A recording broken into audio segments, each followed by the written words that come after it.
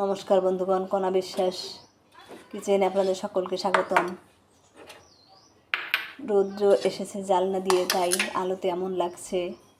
দেখুন, আজকে মুগ বেগুন রান্না করেছি আর ভাজি করেছি আর লাউ শাক ভর্তা। আগে মুগ ডালগুলোকে আমি কিন্তু ফ্রাই প্যানে ভেজে নিয়ে কিছুটা মুগ ডাল রেখে দিয়েছি আর কিছুটা ভালো করে ধুয়ে, দেখুন এভাবে ভেজে নিলাম, ভালো করে ধুয়ে হালকা জল দিয়ে হালকা করে সিদ্ধ করে নিয়েছি। আর বেগুনগুলো ভালো করে ধুয়ে নিয়েছি। এখন এভাবে একটা বেগুন 2 ফালি করে, মাঝখানে 4 ফালি করে কেটে নেব। দেখুন কীভাবে কেটে নিচ্ছি। এরপরে খানিকটা লবণ দিয়ে একটু মেখে নেব, তাতে করে বেগুনটা আমার কালো হবে না। লবণ দিয়ে এভাবে আমি মেখে নিলাম। দেখুন কড়াইতে তেল দিয়ে দিয়েছি আর শুকনো মরিচ দিলাম। এখন দেব জিরেটা যখন ফুটে উঠবে তখন আমি বেগুনগুলো দিয়ে দেব। বেগুনটা যেহেতু আমি লবণ মেখে রেখেছি তাই একটুও কালো হবে না আর খসে পড়বে না। এখন হলুদ দিয়ে বেগুনটাকে একটু সময় ভালো করে লাল করে ভেজে নেব। কিন্তু একটু ভাজা হয়ে গেলেই আগে যে মুগ ডালটা আমি ফুটিয়ে রেখেছি মুগ ডালটা দিয়ে দেব।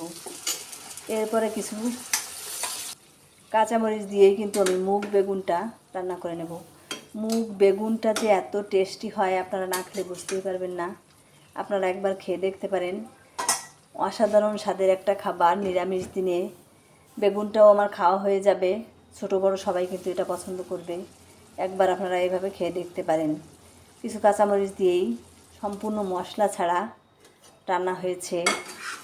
এভাবে আমরা রান্না করি। যে রান্নাগুলো আমার চ্যানেলে আছে আপনারা খেলে বুঝতে পারবেন মশলা ছাড়াও কতটা টেস্টি হয়।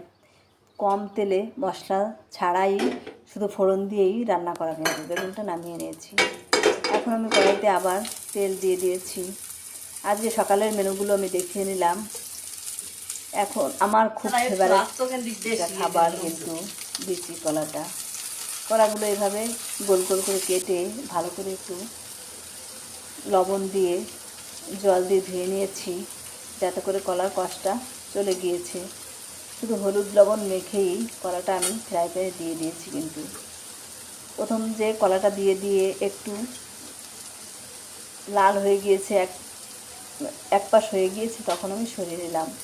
আর মিষ্টি কুমড়াগুলো আমি লবণ হলুদ মেখেই ওই ফ্রাই প্যানে করেই রান্না করে নেব। দেখুন মিষ্টি কুমড়া ভাজি, কলা ভাজি অনেকটা টেস্টি একটা খাবার। শুধু কাঁচামরিচ দিয়ে আপনারা এভাবে খেতে পারেন।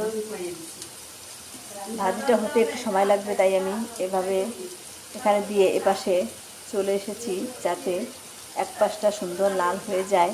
তারপরে কিন্তু আমি নামিয়ে নেব। শুধু লবণ দিয়েই যে লবণ হলুদ দিয়ে এত মজার হয়, আর কাঁচামরিচটা আপনারা শুধু তেলে ভেজে নেবেন। আমার কথা মতো একবার খেয়ে দেখতে পারেন।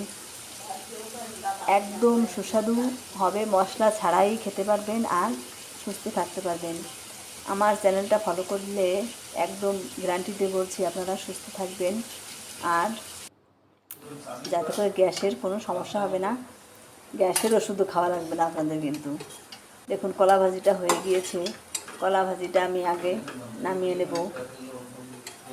কলা ভাজিটা এভাবে নামিয়ে নিয়ে পরে মিষ্টি কুমড়াটা আরেকটু লাল করে, কলাটা দেখুন বোঝা যাচ্ছে যে লাল হয়ে গিয়েছে।